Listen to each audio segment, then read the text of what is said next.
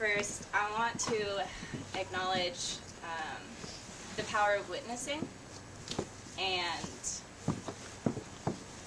how that can be a really important intention when experiencing people. So if everyone could close their eyes for a minute, that would make me feel comfortable.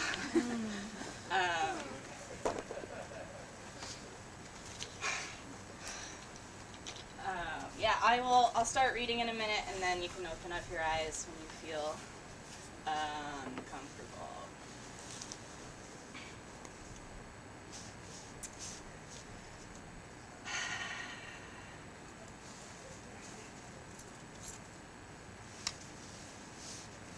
On Living Pure, An Honest Origin. Part 1. Living Inside. I am waking up out of every moment from a dream that was really just a thought. Acknowledging that every thought is weighed in some truth, even if floated away with a past judgment. We evolve with a newer knowing, a hope. I never stop learning and growing, and through this process being pure.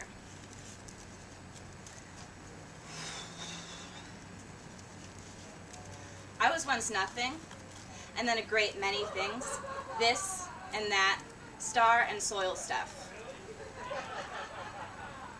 They think it's funny. I was a sorry sadist, trying to ascend from my skin at the local orgy, knowing very well just how messy it is, cleaning up my blood and bones after arriving in a momentary heaven. I was a mother masochist, knowing very well how to devote my body for the housing of organic organs and passion, leading to excess of the realm as creator. I was a poisoned virgin, bitten by love, drowning in fertility, one with many inside. And I was a soothsaying clown, creating a lyrical hell with my open mouth organ. And I was a spy, a pure spy, a spy working for purity, to help her find her way back to herself over and over and over again. I have been waiting and watching and noticing and noting in a delicate book that will be burned tonight. I heard myself calling through the ether of time. I want to be pure. I want to be a pure thing. I want to be pure. I want to be a pure thing. In our garden, the true divine, I fingered soggy soil and fell deeper in love with a being. I wanted to be pure like a tree, so I planted my spare limbs as roots and tried to fulfill my fate as an evergreen, a pure thing. I stood still some, and I screamed some, and I danced with wind. 69 years went by before your springtime stroll.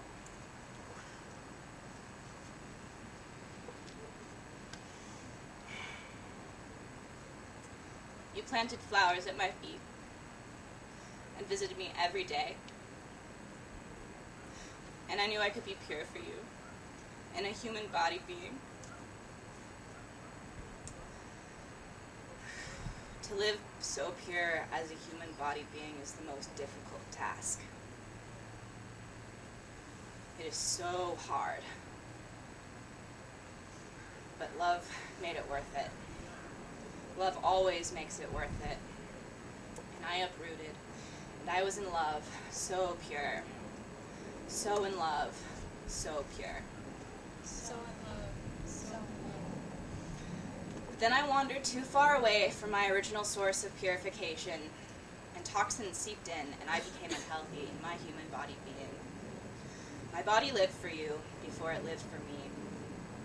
I want to live pure for myself so I can be healthy for you, but mostly for me. And this is what I told God every night while mourning my outgrowth of their religion. I would sing myself to sleep every night, a hard-to-hear melody between my tears. I am trying to be pure. I am just sad enough for purity, and I am just wild enough for pure beauty. And I miss you so much. I started with my fingernails, slowly peeling the nail away, then the skin, all for you to appreciate my winter's bones and their clean desire. And then I washed my hair with apple cider vinegar, all for me, all for my own concept of cleanliness, of purity. I finished with the oil of angels. Tea tree oil fills my facial pore cavities. Coconut oil fills my molar cavities. All for God. All for God to send me to heaven so I can sleep having taken care of myself. And if I am already dead, then everything is fine and always will be. And if I'm truly alive, then I know better. And this flesh vessel has served as a prison for a broken heart, the anima, a wild mind, and blood like honey. And I am pure in here. But existing inside is only half pure. Part 2. Living outside, actualized. A painter once called me moody, and a police officer once called me clairvoyant. One was a compliment and one was sardonic. They thought they were being honest, but they were trying to capture me in their mind, configuring me into something. How can a person be free and pure if someone else is identifying them? Creating limits for people pollutes the space for growth and reflection. I am in constant need of purification due to the limits other people confine me to. In this singular human body house. The understanding of the human body housing, the self, is created by an internal experience executed externally. The double consciousness, coined by W.E.B. Du Bois, is the experience of understanding yourself with your eternal light reflecting. And then society having a created idea that people reinforce onto you over and over again. And the inner conflict that happens when contemplating the honest identity through the double consciousness. I am the color blue written in red ink. I am the color blue written in red ink. I am the color blue written in red ink. Stop writing me down in red ink, because my ego is becoming a bruised purple.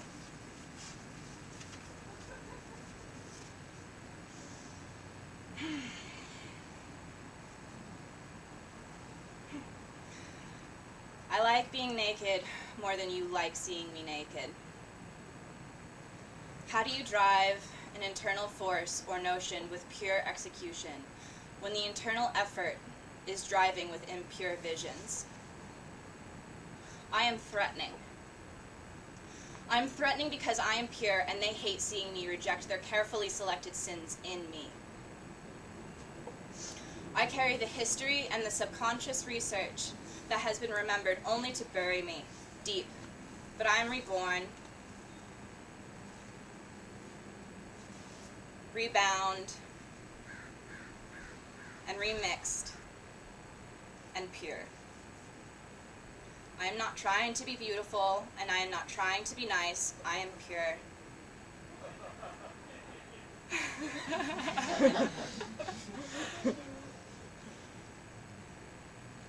I'm trying to be honest for myself. And then I'm trying to hear you so honestly and listen without the judgment and influence that creates low-down limits derived from an idea of an end, which is where we all stand sometimes. Don't worry. The end is an illusion. You all stand at the end of the world for me right now. There could be absolutely nothing outside of this moment.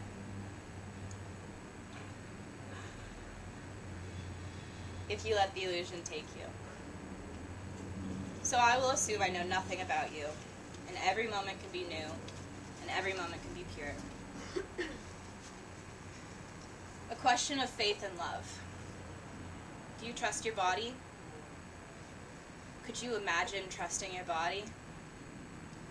If no one ever made a part of your body mean something so absolute, could you trust your body? Layers of devotion to life. For people, strangers, to protect their sins unto, making me once again impure by conceptual proxy. Does your body not know how to get to heaven just by swimming in oil, swimming in ocean water, in snow melt, or sweat on the dance floor? Why should we question the preconceived condemning definition of purity? We used to think purity was free from desire. It was too easy calling me impure because I wanted the world. They all thought me filthy because I wanted to love, bleed, and sleep. When I love, it is to wear new flesh. And when I bleed, it is to not know the barriers between salt water and my being. And when I sleep, I trust myself to die and be reborn. How could living true to my filth not be pure? Do people put their trust in God because they can't trust their people? I do not trust the language of God. I do not trust God, and I do not trust language to convey properly what it is I need to say. But I trust my body. I trust my anger, my love, my damned, and my holy. I don't know if I trust everyone or no one.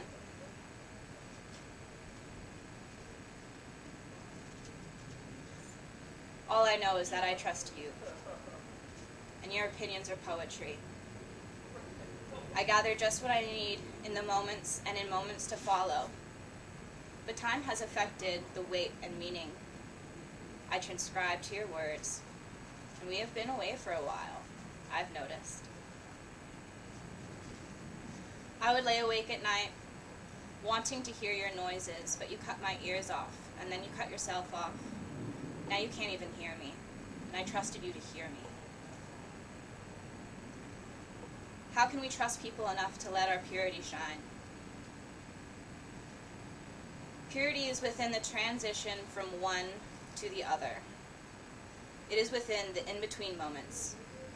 It can be hard to show and own our growth, our purity. Being vulnerable and honest is pure, but succeeding in this world and society on our honest moment-to-moment experience is difficult. It's so fucking hard to be pure in this human body house. People do not create space for growth. Being pure and true to our emotional experience can challenge other people, and challenges are good. Sometimes it is not safe to be pure.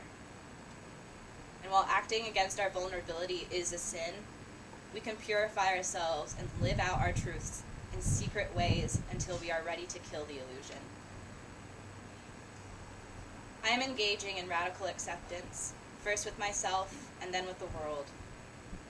I am engaging in tender critique, first by being cautious of what I say, when, and then challenging the realities and distractions of others.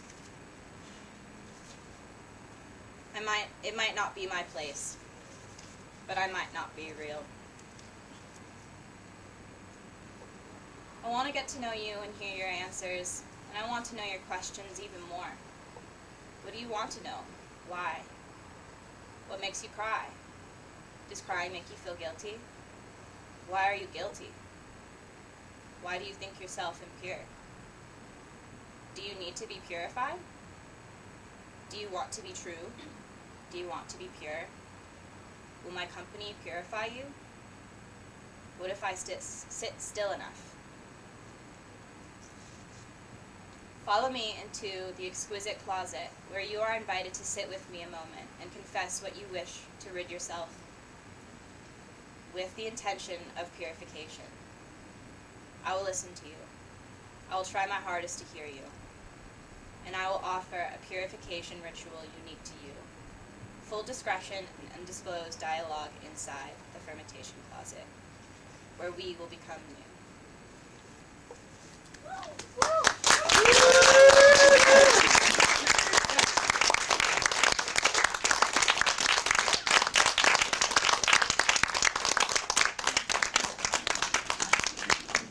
Okay, thank you. I have stuff on the table. You're welcome to steal it. I don't care. Now my angel's gonna sing you their songs, or play their, strings. And then come join me for a moment inside the closet. Okay. Thank you.